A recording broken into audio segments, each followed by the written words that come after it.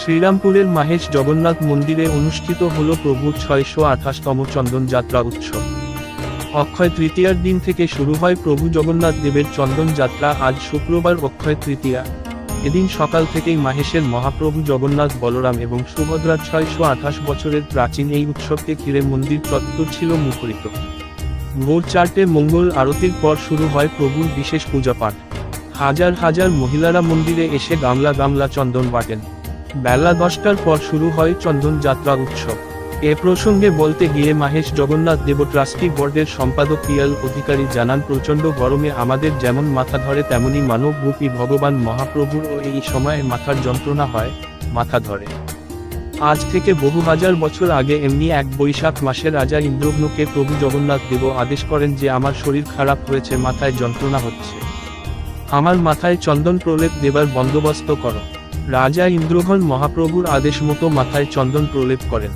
সেই সময়কাল থেকে নিরবিচ্ছিন্নভাবে এই উৎসব পালিত হয়ে আসছে। পিয়াল জানান, এই দিন মহেশের প্রভু জগন্নাথ দেবের মন্দিরে প্রভু জগন্নাথ, বলরাম ও সুভদ্রার মাথায় চন্দন প্রলেপ করি যাতে তার শিল্পীরা সেটা দূর হয়, এবং আজ থেকে টানা ৪২ দিনব্যাপী প্রভুর মাথায় এই চন্দন লেপন চলবে। ৪৩ দিনের মাথায় অনুষ্ঠিত হবে মহেশের মন্দিরে প্রভু জগন্নাথ, বলরাম এবং সুভদ্রার স্নানযাত্রা উৎসব। সেই উৎসবকে ঘিরে বাংলাদেশের হাজার হাজার ভক্ত প্রাণ মানুষের মধ্যে বিপুল উৎসাহ উদ্দীপনার সৃষ্টি হয়।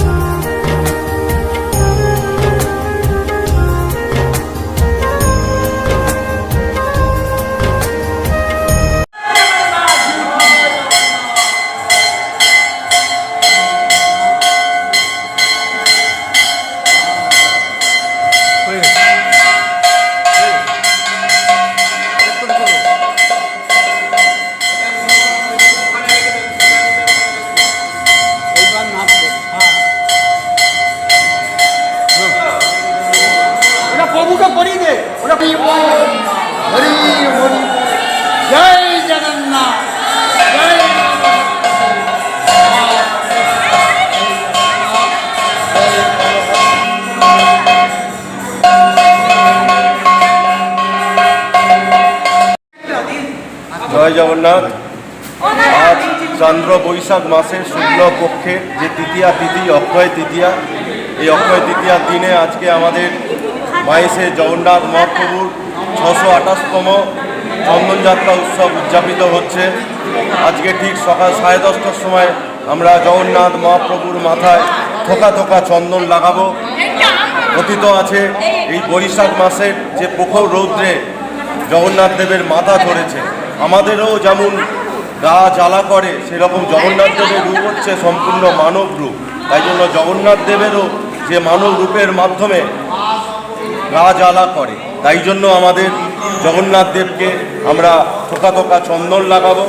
এই পৌরাণিক শাস্ত্র মতে উল্লেখ আছে, রাজা ইন্দ্রদম্নুর কাছে জগন্নাথ দেব প্রকট হয়েছিল এবং তাকে আদেশ করেছিল যে আমার সারা অঙ্গে চন্দন লেপন করা হোক। এবং তার পরবর্তীকালেও দেখব যে এক বৈষ্ণব ছিলেন মানবেন্দ্র পুরী, তিনি ছিলেন চৈতন্য মহাপ্রভু, যিনি গুরুদেব ঈশ্বর পুরীপাত এবং তার গুরুদেব ছিলেন মানবেন্দ্র পুরী। সেই মানবেন্দ্র পুরীও আমাদের বৃন্দাবনে তিনি গোপালের আদেশ পেয়েছিলেন, তিনি চলে গেছিলেন নীলাচলে, সেই মলয় পর্বত থেকে মলয় চন্দন নিয়ে এসে সেই ক্ষীরচোরা গোপীনাথ, যেখানে বলা হয় রেমুনাথে, ওখানে গোপীনাথের অঙ্গে তিনি সেই চন্দন লেপন করেছিলেন। এই চন্দন যাত্রার মাহাত্ম্য সর্বজন বিদিত। এই চন্দন যাত্রা উৎসব আমরা 21 দিন ব্যাপী আমাদের চলবে এবং 21 দিন ধরে আমরা বিভিন্ন বেশে, নটবর বেশ, আমাদের বিভিন্ন বেশে আমরা সাজাবো, শ্রী চৈতন্য বেশ, নবযৌবন বেশ, বিভিন্ন বেশে আমরা সাজাবো। কালকের দিনেই আমাদের এই বেশে কালকে আমরা সাজিয়েছি জগন্নাথ মহাপ্রভুকে এবং 21 দিন ব্যাপী আমাদের চন্দন যাত্রা উৎসব চলবে। টানা 42 দিন ধরে আমরা চন্দন লেপন করব জগন্নাথ দেবের মাথায় এবং আগামী 22শে জুন 42 দিন পরে 43 দিনের মাথায় আমরা আগামী 22শে জুন স্নানযাত্রা উৎসব, 628তম মায়েসে জগন্নাথ দেবের স্নানযাত্রা উৎসব আমরা ঠিক সকাল 6:30টার মধ্যে আমরা সেই স্নান পর্ব সমাধা করব।